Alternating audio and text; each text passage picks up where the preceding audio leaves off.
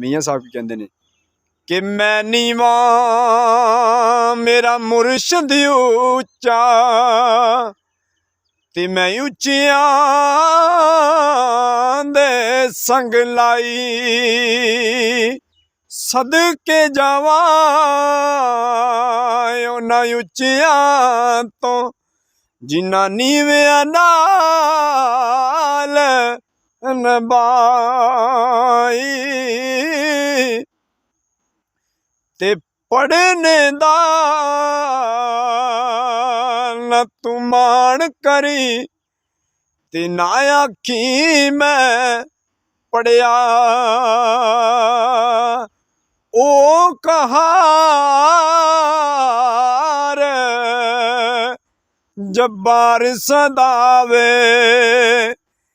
मता रोड सुटे दुध कड़िया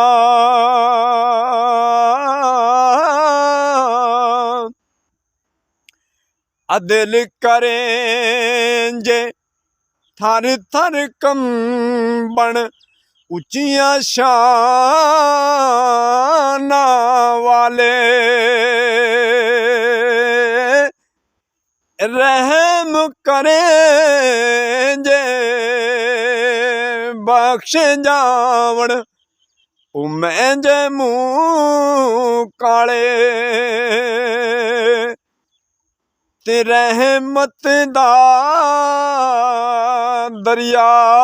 इलाही हरदम वगदा तेरा जे एक कतरा रहमत बख्शे ते कम बन जावे मेरा